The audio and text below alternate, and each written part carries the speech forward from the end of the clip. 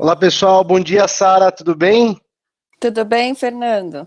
Tudo bom, bom dia.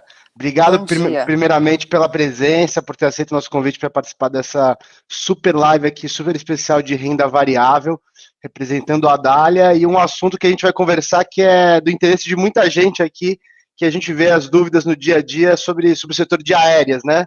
Isso. Bom, primeiro, obrigada pelo convite. Imagina, imagina, é um prazer ter você aqui com a gente, representando a Dália mais uma vez em uma super live.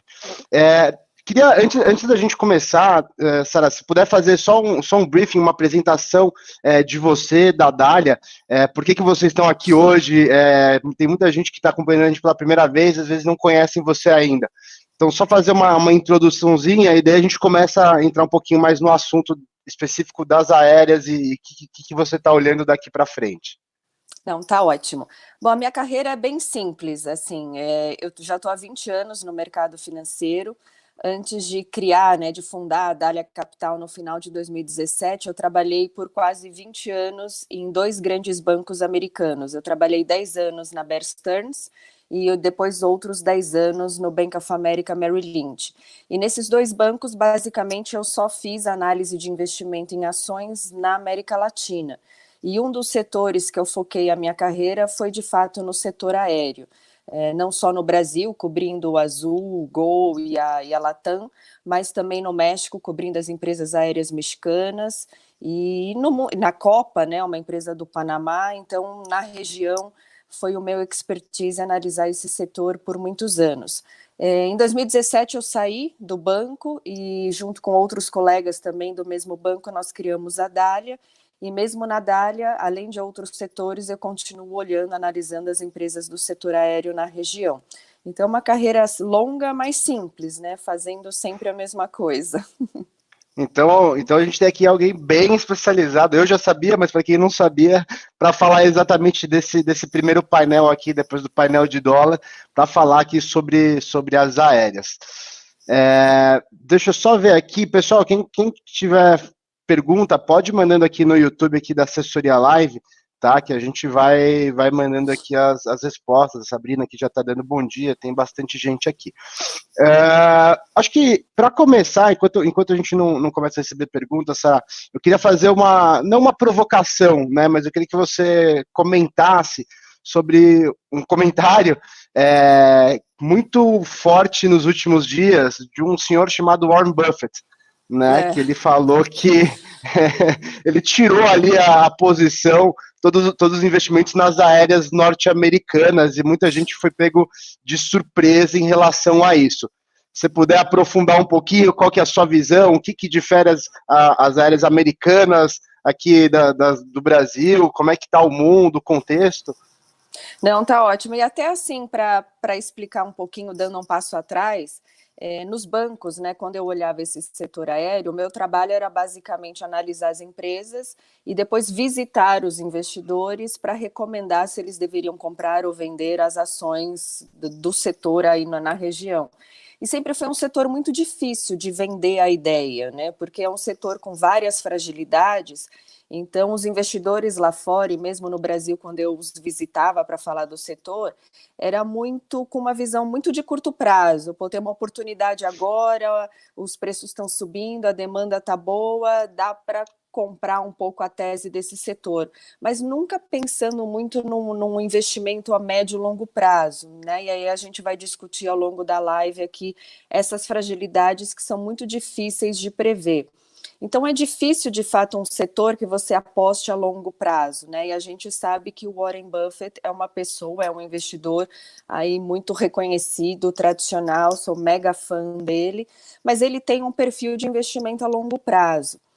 E eu assisti, né, o evento que ele fez, e ele foi muito nessa provocação, assim, dado que o perfil dele é de longo prazo e ele não consegue ter a visibilidade desse setor a médio e longo prazo, eu acho que foi por isso que ele decidiu, então, desinvestir. Porque se você me perguntar como será o mundo pós-corona, né? A gente não sabe qual será exatamente o novo normal. A gente está aqui hoje com a XP fazendo esse evento de 12 horas de duração, atingindo centenas, milhares de pessoas ao mesmo tempo e com custo muito perto de zero, né?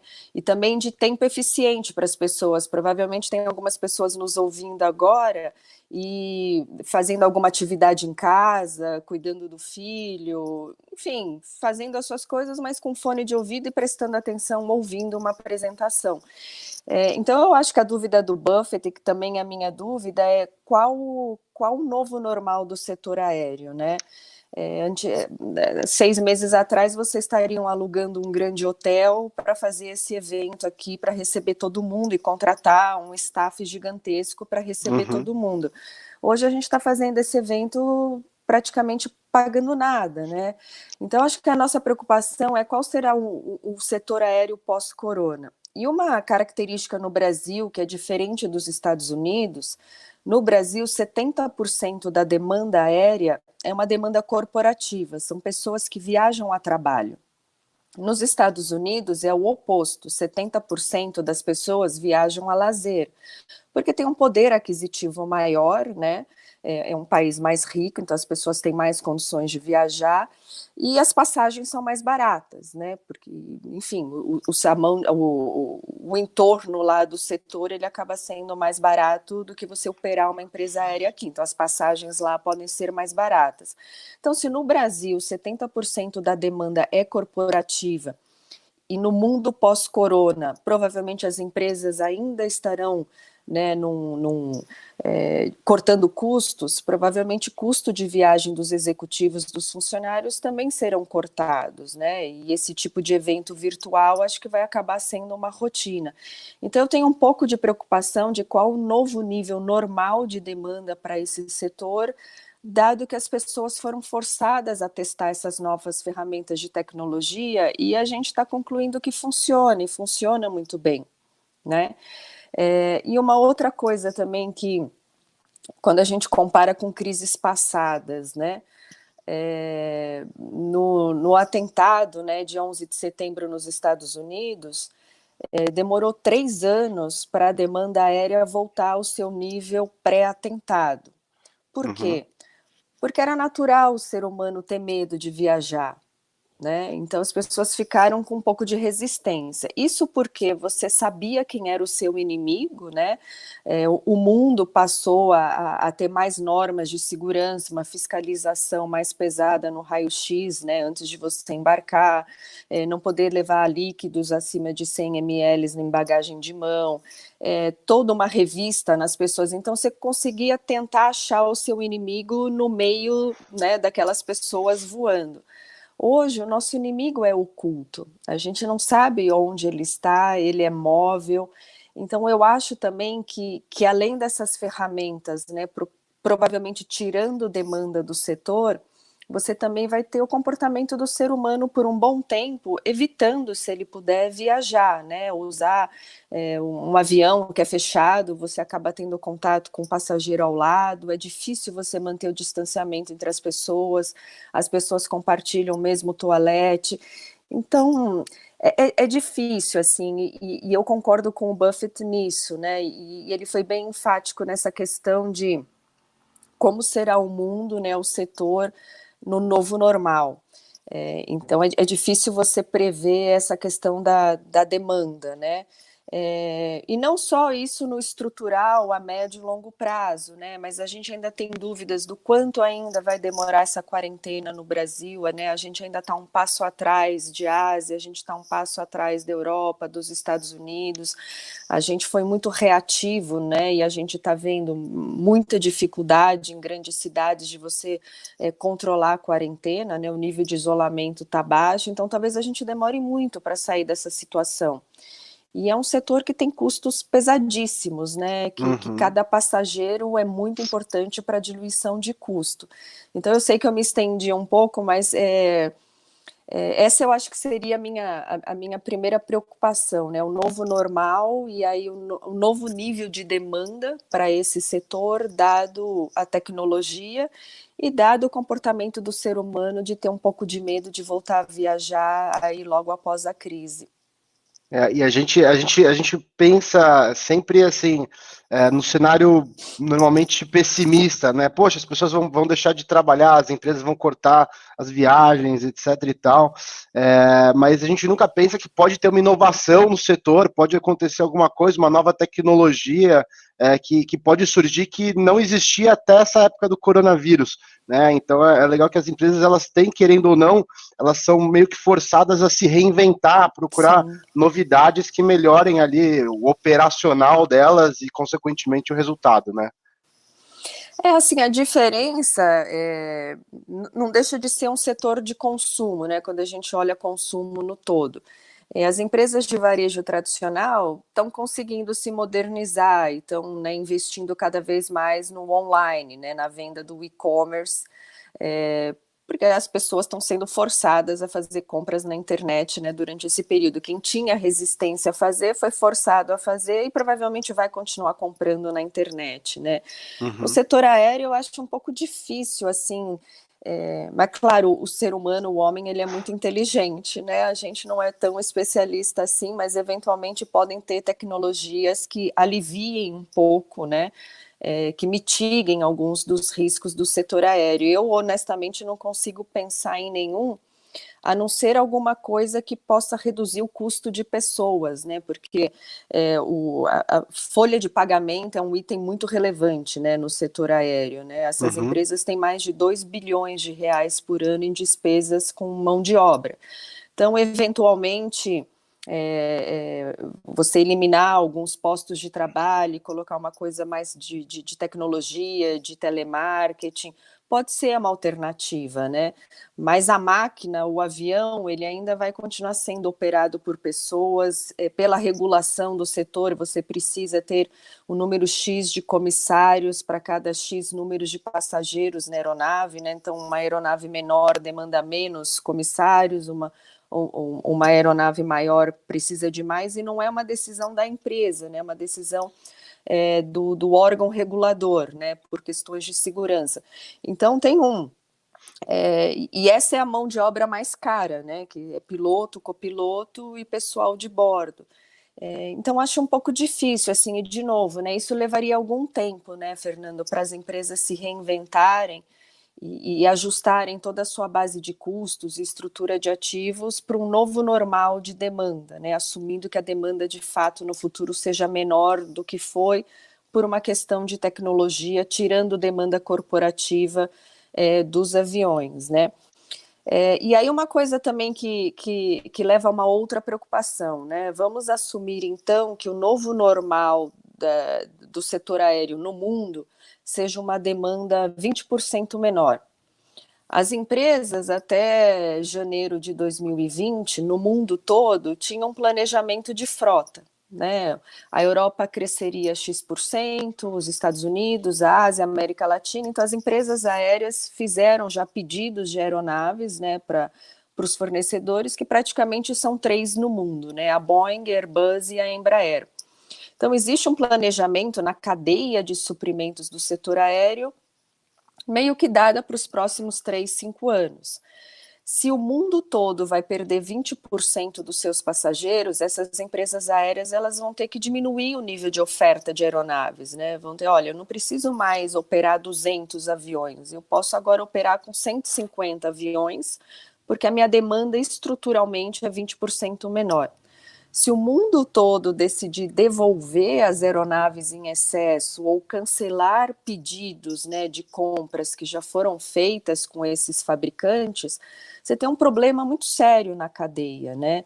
E a minha dúvida é um pouco disso, né? Qual a flexibilidade que as empresas vão ter em devolver aviões ou cancelar pedidos de fabricação, porque afinal as fabricantes já se organizaram, né, para aquele nível de produção para os próximos anos. Será que vai ser fácil? Será que vai ter um custo nessa devolução? Assim, é um setor que não tem barreira de entrada. Assim, se você tem lá alguns bilhões, milhões no bolso e aluga 50 aeronaves e consegue as licenças com o regulador, você monta uma empresa aérea. mas tem muita barreira de saída. É um setor difícil, você não consegue fechar a porta da sua loja e ir embora. Assim, é difícil, né, você devolver esses ativos ou cancelar esses ativos. Então, pode ser custoso isso no futuro, e é uma coisa que é difícil também você estimar e precificar. Né, existem mais de 1.000 empresas aéreas no mundo. Imagina 1.000 empresas tentando devolver ou cancelar fabricação de aviões novos. Né? Você pode ter um problema muito grande no setor como um todo. E essa dificuldade pode ser igual a um custo não estimado no modelo financeiro que a gente faz para essas empresas, né? Então esse é um pouco assim olhando o macro e olhando toda essa crise, são as duas principais preocupações que eu tenho, né, de um novo nível de demanda e como que o setor ajusta esse nível de oferta, né, para você ter um equilíbrio e aí você ter um setor, né, no mundo com uma certa racionalidade, né. Perfeito, perfeito, Sara. A gente já tem 3 pontos principais aqui que estão aparecendo bastante nas perguntas, tá? Eu queria começar, para a gente aproveitar que a gente acabou, não sei se você chegou a acompanhar, mas a gente estava num painel falando exatamente de dólar. E tem um impacto muito forte no setor de aéreos aqui no Brasil. Se puder fazer uma introdução para o pessoal que é a primeira vez que está vendo um painel sobre aéreas, por que a questão cambial ela é tão importante assim nesse setor de aéreas aqui no Brasil, acho que seria interessante. Depois, só para te adiantar, já tem bastante gente aqui perguntando de BNDES, tá? A questão do incentivo, do pacote, e também de Embraer. Daí, se a gente puder, não precisa entrar mais no detalhe, mas fala também um pouquinho aqui, acho que seria legal. Mas vamos começar pelo câmbio, tá? Que a gente acabou de sair de um painel exatamente sobre dólar. Poxa, não vamos mais para Disney, né? Uma frase que ficou famosa já esse ano. Impacta inclusive as aéreas, né? Porque ninguém ia para Disney de navio. Mas comenta um pouquinho para a gente, então, como que o dólar impacta e qual que é a sua visão também em relação a esse impacto sobre o setor, por favor. Não, tá ótimo. Olha, esse é uma das fragilidades, né? Porque o que é difícil para estimar, né? Quando a gente vai fazer um modelo financeiro dessas empresas, para então ver qual é o preço justo, né? Quanto vale a Gol, quanto vale a Azul? E aí você compara com o preço de tela e fala, bom, então dá para comprar ou é para vender, né? E as fragilidades do nosso modelo de Excel são justamente estimativa de câmbio, que é muito difícil prever. Eu acho que há um ano atrás, poucas pessoas imaginariam que a gente estaria com um câmbio agora perto de 6, porque, afinal de contas, aprovamos a reforma da Previdência, aprovamos a reforma trabalhista. Estava indo tudo certo, né? Estava indo tudo certo, assim, ninguém tinha o dólar a 6 nesse momento, né? O Brasil estava no caminho certo. Então, e quando você pluga no Excel, no seu modelo de Azul ou de Gol, um câmbio de 5, um câmbio de 6, faz muita diferença, destrói muito valor na empresa. Por quê? Porque 60% do custo da empresa é dolarizado, principalmente o leasing, né? A maior parte da frota ela é alugada, você paga num Boeing 737 ou num A320, que são esses aviões de ponte aérea aqui que todo mundo usa, ele custa mais ou menos uns $300 mil mês, o aluguel dessa aeronave. Então, faz muita diferença se o câmbio é 5 ou se o câmbio é 6. Manutenção, né? Boa parte da manutenção ela é dolarizada, né? São peças que têm que ser trocadas após X horas de voo, componentes, enfim, é todo um material dolarizado. E o próprio combustível, né? O querosene de aviação também ele tem uma correlação com o preço do petróleo em dólar. Então, se 60% do seu custo é dolarizado, é difícil, né? Para onde vai o câmbio? A gente na Dália acredita desde o primeiro dia de Dália que o dólar ia ficar forte no mundo. A gente comprou dólar a 3,20 e segura até hoje. Então, dada essa tese, a gente atuou muito pouco no setor aéreo ao longo da história da Dália por isso, né? A gente acreditava que o dólar era para cima. Claro que ali naquele momento que a Avianca quebrou, você criou uma situação de mercado mais favorável, é lógico que a gente atuou, a gente não perde oportunidades de curto prazo também. Mas, dada a nossa tese de que o dólar ficaria forte no mundo, aí por várias razões, a gente atuou, né, de forma bem simples e bem rápida nesse setor ao longo do tempo.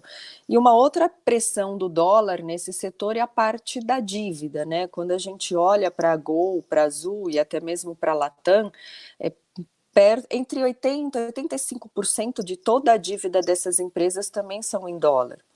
Então, há um mês atrás, elas deviam, sei lá, 500 milhões, tinham 100 milhões de dólares em dívida, deviam 500 milhões de reais. Hoje já devem quase 600 milhões de reais. Então, assim, num horizonte de um mês, elas têm uma dívida 100 milhões de reais maior. Né? A gente está falando milhões de reais, mas assim, são bilhões de reais que essas empresas têm no balanço como dívida. Então é muito difícil, né, Fernando, de novo, assim, se você pega o nosso Excel, nosso modelo do quanto deveria valer uma ação da Gol, do quanto vale os ativos da Gol ou da Azul, dependendo do câmbio que você considera ali a médio e longo prazo, faz muita diferença. A empresa pode valer 3 vezes mais do que vale hoje, ou pode valer 10% a mais, né? Essa é uma variável muito importante para a sustentabilidade, né, da saúde financeira dessas empresas. Com certeza, com certeza. Pulando aqui então para o segundo tema, Sara. A gente tem aqui o comentário. Eu estou lendo aqui, pessoal, quem está acompanhando a gente no YouTube, as perguntas a gente vai respondendo aqui no canal da Assessoria Live, tá? Então, quem ainda não está seguindo o canal, segue a gente, manda pergunta que a gente vai responder por aqui. Aqui tem, vamos lá. Tem algumas perguntas aqui sobre BNDES. Então, o Marcos Oliveira, ele falou aqui, ó, saiu agora na Investing que o pacote de resgate do BNDES para as aéreas caiu de 10 bi para 4 bi. E tem mais gente comentando sobre BNDES. Para quem tá por fora, desatualizado, o que o pessoal aqui que está citando o BNDES quer dizer que isso impacta ali nas aéreas? O que é esse pacote, essa ajuda? Como que está esse momento? Então, primeiro entender por que as empresas podem precisar desse pacote, né? Assim, arredondando, mais ou menos 90% dos aviões, né, da frota dessas empresas, 90% da frota está estacionada, né, porque não tem passageiro, então elas estão voando com 10% do número de aviões que elas têm. Você parar um avião, ele tem custo, né? Você tem que... claro que os aeroportos estão dando benefício, né? Você não me paga o estacionamento da aeronave por enquanto, né? Me ajuda que eu te ajudo, um pouco disso, né? Todo mundo se ajudando nessa crise. E as empresas de leasing, né, que cobram os aluguéis, né, desses aviões, também deram aí uma suspensão desse pagamento temporariamente. Esse temporariamente é difícil te dizer também, né? Se esse perdão, né, desse pagamento vai durar 3 meses, 6 meses, 1 ano. De novo, a gente não sabe quanto tempo mais o Brasil vai ficar nessa situação. E as empresas, elas têm lá a folha de pagamentos, ainda tem leasing das aeronaves que estão voando para pagar, tem toda a estrutura, né, tem o serviço da dívida para pagar, e a Gol ontem, quando anunciou os resultados, ela até disse que ela tem caixa para 10 meses de operação. Isso sem pagar os aluguéis das aeronaves e com perdão aí temporária de algumas despesas, de alguns custos, né? Então é uma situação muito frágil, né? Assim, uma empresa tem caixa para 10 meses de operação, sendo que não está pagando boa parte das suas despesas. Isso é um setor global, né? Apesar de serem empresas brasileiras, isso tem uma implicação global, porque a empresa que aluga as aeronaves para a Gol, para a Azul e para a Latam também são as empresas que alugam aeronaves para a American Airlines, para British Airways, para a Iberia, para todas as empresas. Isso é um problema global. Eu tenho dificuldade assim, de acreditar e de entender que essas empresas de leasing vão aceitar ficar 6 meses, 10 meses sem receber esses aluguéis. Elas precisam sobreviver também, né? todo mundo precisa sobreviver. Então, assim, uma suspensão de pagamento por 2 meses, por 3 meses, tudo bem, faz parte, né? Mas, assim, se a nossa crise aqui no Brasil se estender por mais tempo, eu tenho preocupação nisso também, tenho dificuldade de acreditar que essas empresas vão perdoar esses pagamentos por um longo período, né? Porque, de novo, é um problema no mundo, não é só das empresas no Brasil. Então, assim, se nesse cenário com perdão de algumas despesas e custos, a Gol tem caixa para sobreviver 10 meses, obviamente é necessário os bancos, o governo dar algum tipo de ajuda para manter, né, a operação dessas empresas. 4 bilhões de reais dividido em 3 empresas é um pouco mais de 1 bilhão de reais para cada uma. A folha de pagamento delas é por volta de 2 bilhões de reais, assim, leasing, né, supondo que elas tenham que voltar a pagar, né, as despesas de aluguel, um ano dessas despesas também é quase 2 bilhões de reais. Então, assim, não me parece ser uma ajuda muito grande, né, aí vai arredondando 1,5 bilhão de reais para cada empresa. Ajuda, mas ajuda por um período curto, porque, de novo, a queima de caixa desse setor ela é muito alta. Você tem muitos custos que não param de rodar, mesmo com a empresa parada. E tem uma outra coisa, né, Fernanda, assim, é igual família, né, você emprestou dinheiro para o seu tio, que ficou desempregado. Você não vai ficar cobrando ele, você sabe que ele está numa situação difícil, você meio que esquece. Aí você descobre que o seu tio recebeu uma herança ou ganhou na loteria. O que você vai fazer? Você vai lá bater na porta dele e cobrar.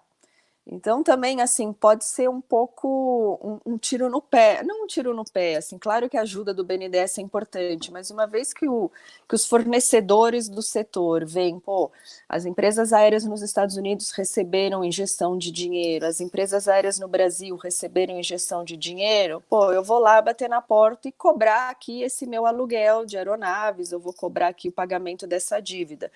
Então, assim, é um mal necessário, na verdade, né? Eu acho que essa ajuda. E tem uma implicação também, assim, eu não sei como é que vai ser o desenho do pacote final, né? Mas até ontem as notícias eram de que parte seria uma dívida mesmo, uma debenture, e dado o risco todo que esse setor tem, de preço de petróleo, de preço de câmbio, novo nível de demanda, provavelmente os juros embutidos, né, nessa debenture vai ser muito alto, né? Eu só compraria debenture desse setor se de fato me pagasse CDI mais 15%, porque é muito arriscado, né? Então vai ter um custo alto essa dívida. E um outro pedaço dessa ajuda viria com uma dívida que daqui a algum tempo vira uma ação, né? Você tem o direito de comprar aquela ação. E essa é uma dúvida, né? Assim, eu vou comprar essa dívida conversível e vou ter o direito de comprar a Gol daqui a 2 anos a R$ 10. Mas pode ser que naquele momento a ação esteja a 5. Né? Então eu vou comprar por 10 algo que está valendo 5. É muito difícil você estimar como é que vai estar o setor daqui a 2 anos, por exemplo. Né? É mais fácil você prever a Renner, sei lá. Como é que vai estar a Renner daqui a 2 anos? Daqui a 2 anos a crise vai ter passado, as pessoas vão voltar a ir ao shopping, as pessoas vão voltar a comprar roupa no verão e no inverno, o dólar vai estar 8, não faz muita diferença para a Renner, o dólar vai estar 3, também não faz muita diferença para a Renner.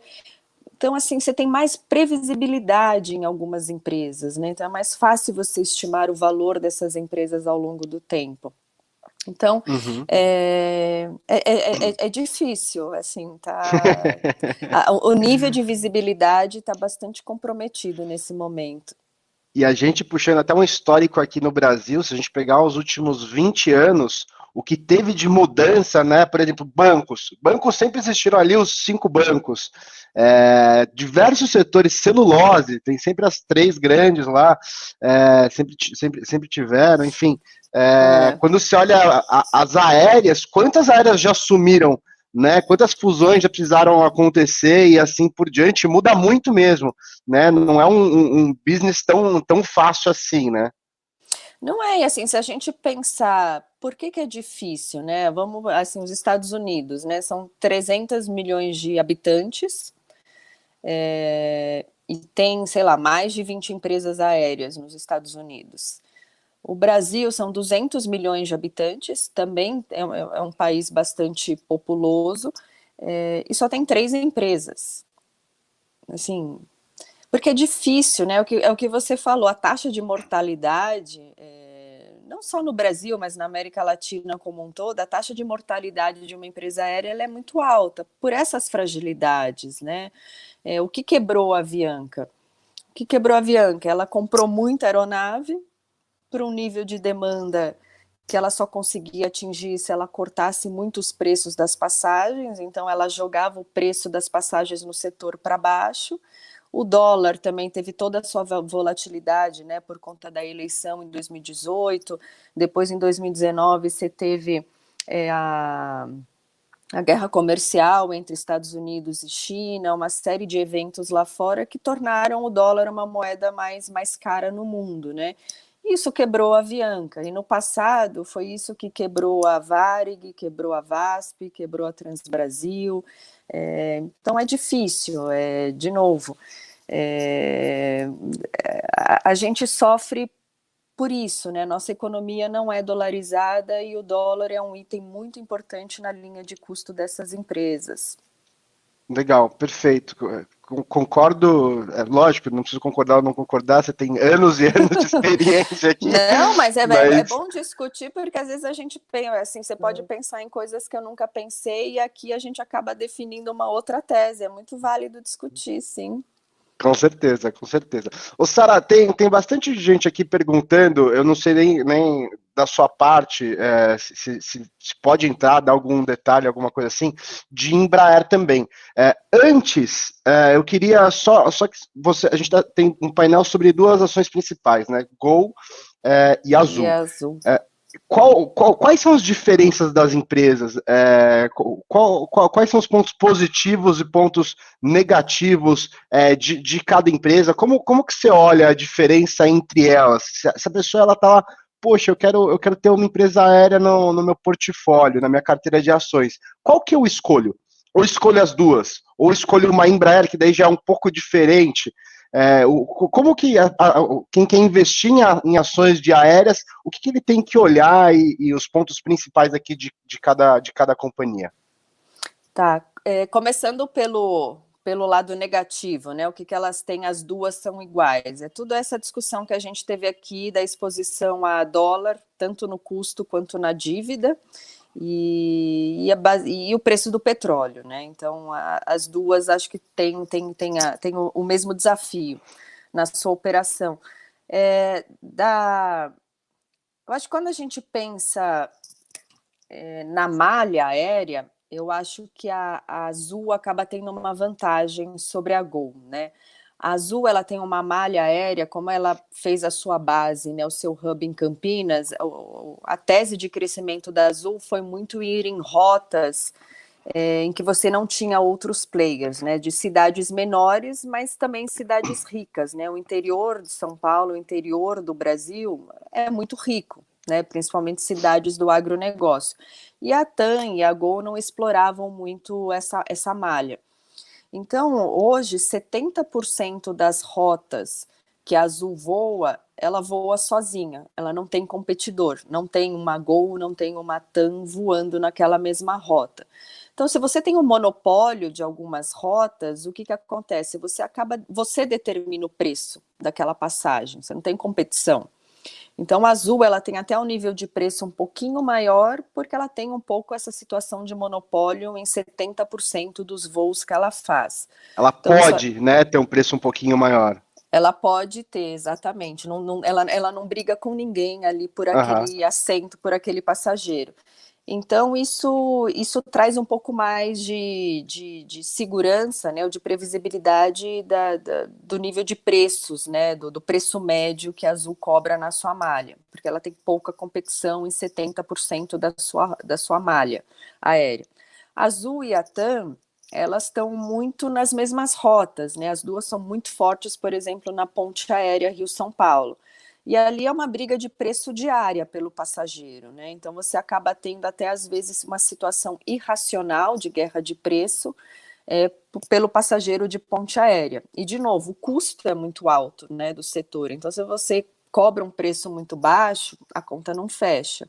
Então acho que essa é uma vantagem da Azul, né, dela ter monopólio em rotas muito importantes e são rotas mais corporativas, né? Não é muito passageiro a lazer, então não tem muita sazonalidade também. Ao longo do ano, essa demanda acaba sendo mais estável do que outras malhas, né? Outras rotas como para o Nordeste, que é mais lazer e assim por diante.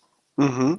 Eu acho que uma outra diferença também, né? A Azul, ela é controlada, né, pelo David Neeleman, que é uma pessoa hiper experiente no setor, né, foi o criador da JetBlue nos Estados Unidos, hoje ele é o controlador da TAP em Portugal, então ele tem uma experiência muito boa, o time de executivos também, assim, trabalha há anos no setor, todos vieram dos Estados Unidos, né, da JetBlue, e eles têm uma participação acionária da United, né? A United Airlines é acionista da Azul. Então, isso acho que tem uma contribuição estratégica, tem uma contribuição de inteligência do setor, né? Que a United contribui, né, para os executivos da Azul.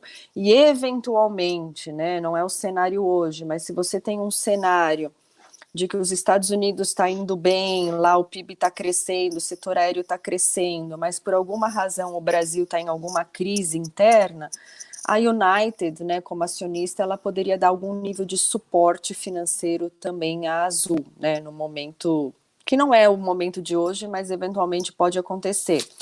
E a Gol, ela é controlada, né, pela família Constantino, tinha uma participação acionária da Delta, a Delta vendeu essa participação no ano passado, foi até uma surpresa negativa para o mercado, né?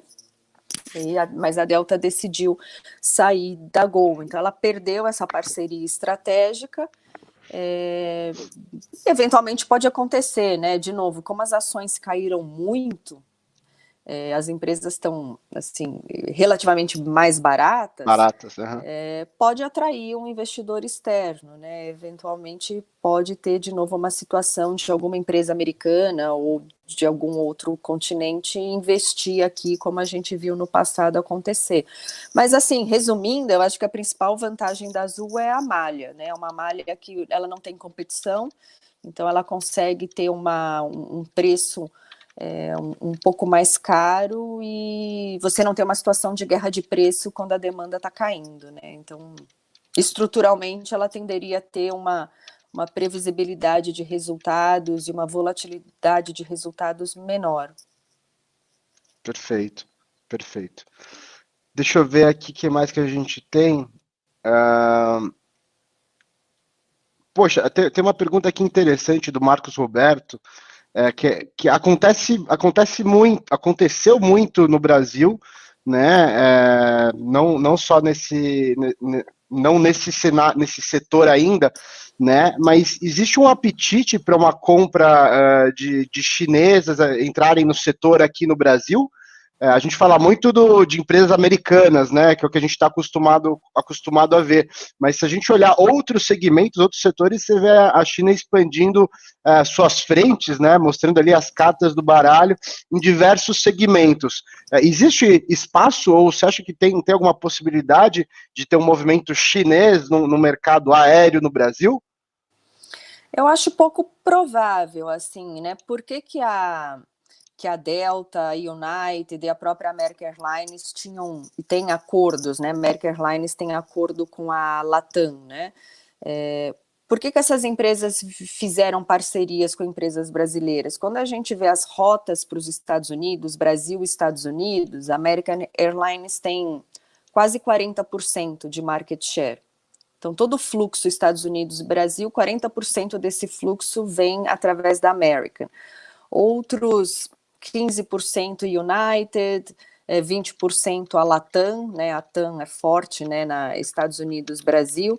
Então, por que elas fizeram essas parcerias? Porque quando a American traz um passageiro para o Brasil, esse passageiro acaba vindo para Guarulhos ou para o Galeão, né, que são as principais rotas, né, internacionais, mas esse passageiro, ele na verdade, ele quer ir para Recife. Então, essas empresas fazem esses acordos com as empresas brasileiras, mas para ter uma exclusividade no feeder, né, que seria então o trecho interno. Né, a American traz para o Rio ou para São Paulo, e depois o acordo comercial ou a parceria acionária, eventualmente, que ele tenha com a empresa aérea, ele tem exclusividade e ele já vende o bilhete casado para o passageiro depois continuar para Recife. Por quê? Porque o fluxo Brasil-Estados Unidos é o maior fluxo, né, de viagens internacionais. O segundo maior fluxo, se eu não me engano, é a França e Portugal. Por isso que a Azul tem essa conexão com a TAP, esse acordo com a TAP, é por isso que a Air France tem acordo com a Gol, porque são rotas que têm muito fluxo de passageiros. Quando a gente, então faz sentido você ter uma parceria mais sólida com as empresas aqui para depois você distribuir esses passageiros dentro do Brasil. Quando a gente pensa no fluxo Brasil-China, por exemplo, não tem muita relevância, assim, não faz sentido uma empresa aérea chinesa querer ter um acordo ou uma participação acionária numa empresa brasileira para garantir de forma eficiente a conectividade desses passageiros, porque o fluxo é baixo, né? Os Estados Unidos você tem voos diários. Com a China não são voos diários, então não faz, assim, eu não vejo muito sentido de ter essa parceria. Tem uma especulação ainda, né, de chineses estarem olhando a Embraer, que é uma fabricante de aviões, né, não é uma operadora de voos, então poderia fazer mais sentido para uma empresa chinesa, mas para investimento no setor aéreo, dada a pouca penetração, né, de voos asiáticos vindo para cá, não vejo muito sentido. E até porque não é um business, nem que seja como um investimento tão fácil assim, né? Depois de tudo que a gente comentou, não é tão trivial você fazer um investimento do outro lado do mundo em um setor que é extremamente instável, né? Exatamente, exatamente. A gente está com algumas perguntas aqui. Primeiro poxa, tem bastante gente agradecendo aqui, então. O Birajara Leão falando sensacional essa visão da doutora Sara. O Walter Torres, ótima análise da doutora Sara, que aula. O Tadeu, verdade, muito bom. Tem gente aqui falando like, tem bastante gente aqui gostando muito. A vovó Luísa colocou aqui muito bom. Então tem bastante, muitos comentários. Deixa eu ver o que mais. Antes de colocar mais perguntas, deixa eu ver se eu consigo refletir aqui a minha segunda tela. Deixa eu só ver se a gente consegue passar aqui a segunda tela. Então tá bom. E dá para mudar? Dá para mudar. Aqui a gente tem um histórico, então, né, Sara, exatamente aqui de Azul e Gol. Né? Azul, lógico, é muito mais nova aqui, né? A ação ela começa em 2017 e Gol tem um histórico até bem maior. Mas tem uma volatilidade aqui maior na Gol. Né? Tem algum, por ter um histórico também. Vamos puxar aqui um mesmo período, vai. Um ano, fica mais fácil, né? Um ano. Daí você já vê que já é muito parecido, mas de qualquer jeito aqui a Gol, ela tem de fato uma volatilidade maior, e daí eu te faço uma pergunta, isso tem impacto do business da Avianca do ano passado, gerou impacto maior na Gol do que na Azul, e por isso que teve essa volatilidade um pouco maior, ou não tem nada a ver, eu estou viajando aqui? Não, na verdade, assim, a quebra da Avianca, ela até era mais positiva para a Gol, né? Porque, de novo, né, a Azul ela está numa malha um pouco mais restrita, né, onde ela tem uma situação meio que de monopólio, e a Avianca, ela, na verdade, voava rotas mais voadas pela TAM e pela Gol, então você tinha uma competitividade muito maior entre as três, né? Então, quando você tira um dos competidores, aquele mercado acabou sendo dividido em basicamente dois, né? Um pedaço daquela demanda da Avianca foi para a Gol e outro pedaço foi para a TAM. Em termos de demanda, né, de competitividade, a Azul se favoreceu, obviamente, mas ela se favoreceu menos do que Gol e TAM com a quebra da Avianca, né? Tanto que a maior parte dos slots, né, nos grandes aeroportos, que na verdade é um item muito importante também para o setor, né, infraestrutura de aeroportos. Os slots da Avianca, eles foram mais distribuídos para TAM e para Gol do que para Azul, né, então, de novo, deveria ter um impacto na alta, né, mais na alta das ações do que atrapalhando as ações da Gol. O que eu acho que traz mais volatilidade para a ação da Gol é justamente isso, né? Assim, todo mundo tem o mesmo problema, câmbio e petróleo, né? Na linha de custo e na dívida, né? Todo mundo também tem o problema do dólar na dívida. Agora, quando você olha na receita, né? A Azul acaba tendo uma situação um pouco mais estável, né? Porque ela tem uma demanda que é mais corporativa, então ela é um pouco mais estável, né? Não tem tanta sazonalidade de um passageiro a lazer, né? Que viaja 2 vezes por ano, ou 1 vez por ano. E ela está nessas rotas de monopólio, onde ela tem um preço mais caro, um preço melhor. Então, do ponto de vista de business, né? De margem, de rentabilidade, tudo mais constante no mundo. A Azul deveria ter uma rentabilidade um pouco melhor do que a Gol, então acho que talvez isso se reflita na volatilidade da ação. Mas assim, olhando no todo, Fernando, a volatilidade é alta e comum a todos, né? Isso não só no Brasil, você olha nos Estados Unidos, a queda, né, que teve no setor por conta dessa crise foi brutal também. Eu acho que no mundo é o setor que mais caiu, foi o setor aéreo. Perfeito. Aqui tem algumas pessoas perguntando aqui sobre câmbio ainda, tá? Para quem está chegando agora, começou agora a acompanhar a gente teve um painel das 8 às 9 exatamente sobre o câmbio, tá? Sobre dólar. Esse painel daqui a pouquinho já vai estar disponível para quem quiser acompanhar depois na íntegra. A gente já deve publicar aqui no nosso canal Assessoria Live, no YouTube. Assim como essa conversa que eu estou tendo aqui com a Sara, que segundo a Flor de Lis, é a melhor visão sobre o setor aéreo que ela já acompanhou. Então essa conversa também vai ficar gravada, tá? Para quem chegou agora, poxa, quer acompanhar com mais detalhes, assim que a gente acabar, daqui a pouquinho a gente já deve soltar aqui o vídeo, só o vídeo individual, tá? Sara, tem muita gente aqui agradecendo, falando muito bom da aula. O Eduardo, ele até falou aqui, aula muito boa, pena que estou comprado em todas, kkk. Vou longe abraçado com elas. Medo de baixar muito, mas de ter deixado de vender hoje no preju para recomprar quando baixar mais. Enfim, é o comentário aqui do Eduardo, mas o que vale é a aula muito boa, Eduardo. Acho que não é só você que está abraçado com as aéreas, tem muita gente abraçado com muita ação, e a ideia do nosso painel aqui e do nosso dia de Super Live é exatamente aprofundar aqui os detalhes, os conhecimentos de todo mundo com experts no assunto, como é a Sara aqui no setor de aéreas. Você ia falar alguma Fernando, coisa? Não, assim, para o Eduardo, né? Acho que caiu aqui.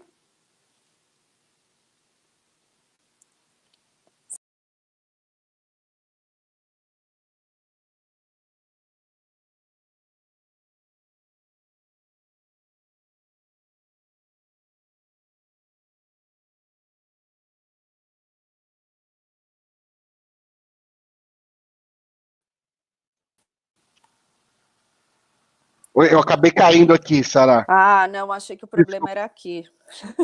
Eu não sei, mas é como falou aqui pô, vou ficar abraçado com ela até cair, eu caí também aqui. Mas vamos lá, vou comentando. Não, é isso, acho que assim, a decisão errada nesse momento, eu acho que é vender com prejuízo, né? De novo, toda crise passa, né? Não é a primeira, não será a última, é uma questão de tempo. Então, se a pessoa não precisa vender, né, as ações para pagar uma conta ou para fazer alguma outra emergência, eu acho que tem que segurar mesmo, assim, porque, de novo, a gente já viu isso no passado inúmeras vezes. Pode ser que demore 6 meses, pode ser que demore 3 ou 1 ano, mas toda a crise passa e as ações voltam a refletir o seu fundamento, o seu valor de verdade, né? É mais uma questão de tempo. A gente, como cuida do dinheiro dos outros, né? A gente tem que ser muito, muito disciplinado para evitar ao máximo perder, né? Porque, de novo, é a nossa reputação, é o nosso trabalho. Então, a gente hoje não se arrisca no setor aéreo. mas se a pessoa pode, né, ficar um tempo nessa situação e esperar, assim, a gente já viu isso em outras crises, né, tudo passa e depois tudo volta ao seu novo nível normal de valorização, né, então esse seria aí o meu conselho, acho que é Eduardo, né? O Eduardo, mas depois que a gente começou a falar, tem um monte de gente aqui falando, eu também, eu também. Então é para geral aqui o comentário. Você Tem está me mais ouvindo? alguma pergunta? Ah, Tô te ouvindo sim. tá. Uma última, antes da gente fazer aqui as considerações finais, tá? O Daniel, eu não cheguei a conferir, tá? Mas ele falou que saiu o balanço da Azul, prejuízo de 6 bi. Já era o esperado esse prejuízo no primeiro trimestre. Tava tendo a divulgação do balanço agora, inclusive da Azul, se eu não me engano mesmo, né? Qual que era a visão? Era um prejuízo forte? Eu não sei nem se confere, tá? É a notícia de última hora aqui. Deve ter saído agora, então, né? A gente está na safra de resultados aí do primeiro TRI. A Gol também reportou um prejuízo muito grande. E é muito comum, quando você tem uma alta rápida do dólar, essas empresas trazerem muito prejuízo. Por quê? Lembra que eu falei que 80% da dívida é em dólar. Então, se ela tinha uma dívida de 1 bilhão de dólares, que era 5 bilhões, esse 1 bilhão de dólares hoje é 6 bilhões. Então, esse 1 bilhão de diferença, né, na dívida, ele passa pelo resultado da companhia, como variação monetária. Então, não é que ela queimou esse valor em caixa, né? Esse é um lançamento contábil, mas não tem impacto no caixa da companhia. E, de novo, né, o tamanho da dívida não é 1 bilhão de dólares, essas empresas têm vários bilhões de dólares em dívida. Então, quando você transfere isso para reais no novo câmbio, isso de fato vira assim, um prejuízo muito grande no resultado delas. É muito comum, assim, as pessoas não deveriam se assustar, não. De novo, é contábil, né? O impacto caixa disso não acontece. O que acontece no caixa, né, a queima do caixa mesmo, é o reflexo dos custos e das despesas operacionais. Mas essa contabilidade da dívida, ela não tem impacto no caixa, mas tem no resultado. E assim, se o dólar continuar subindo, assim, o resultado de segundo TRI ainda vai ser muito pior, né? Porque no primeiro TRI essas empresas ainda voaram normalmente até meados de março. O segundo TRI provavelmente vão ser 3 meses cheios, praticamente sem voos.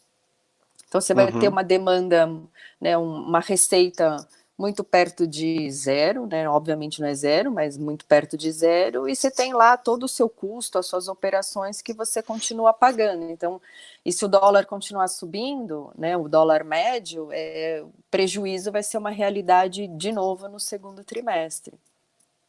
Perfeito.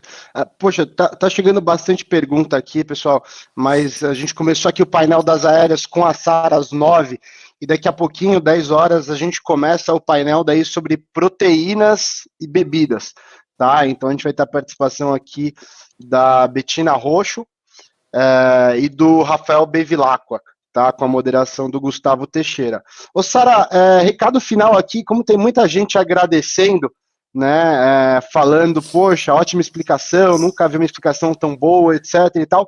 Quem quiser saber mais da Sara, da Dália Capital, como que faz para investir nos fundos que você tem ali, de fato, uma visão mais próxima e assim por diante?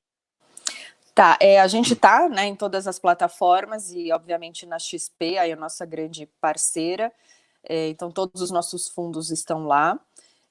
O nosso principal fundo, né, é o Dália Total Return, que ele é um fundo multimercado, o coração dele é ações no Brasil, mas em volta dele a gente pode pôr dólar, juros, outras moedas, commodities, então ele é um fundo bem menos volátil, né, a nossa meta é subir quando a bolsa sobe, quando a bolsa cai, a gente não cai ou cai pouco por conta de todas essas proteções que a gente pode pôr, né, ao redor da nossa posição em ações. A gente tem o nosso site, onde a gente coloca aí todas as nossas cartas mensais, que são cartas curtas e bastante diretas, assim, a gente fala muito mais do presente e do futuro, a gente não escreve para explicar o mês passado, né, o que aconteceu no mês passado, então são cartas bem legais, que estão no nosso site. A gente tem um Instagram também bastante ativo, onde a gente coloca as cartas, e a gente faz vídeos semanais também explicando um pouco da nossa cabeça, o que a gente está achando do mercado, se é para comprar Bolsa Brasil, Bolsa Americana, se é... o que a gente acha do dólar, dos juros. Então a gente tem uma participação bastante ativa, e a gente é super acessível, assim, quem quiser pelo Instagram ou pelo site mandar uma mensagem, quiser conversar sobre o setor aéreo em mais detalhes, ou nos outros setores, a gente tem especialistas para todos os setores lá na Dália, a gente está aí super à disposição de todos vocês. Inclusive, para quem quiser acompanhar, eu já vi que na Sara, às vezes, aparece ali nas lives de home office, aparece um pouquinho ali da vida particular ali, com família. Eu já vi que acabou mudando um pouco aqui no dia a dia de todo mundo, né, Sara? Minhas crianças um dia apareceram no vídeo, mas faz parte, né, Fernando? É o novo normal, né? Assim, não... E foi gostoso, acho que eles gostaram e foi bacana, foi uma experiência boa. Com certeza, com certeza. Bom, tem bastante aqui agradecendo, bastante gente agradecendo. O Ricardo Aguiar, olha, que teve live nessa quarentena, hein? E de tudo, mas o Ricardo de Aguiar, ele falou assim, melhor live da quarentena.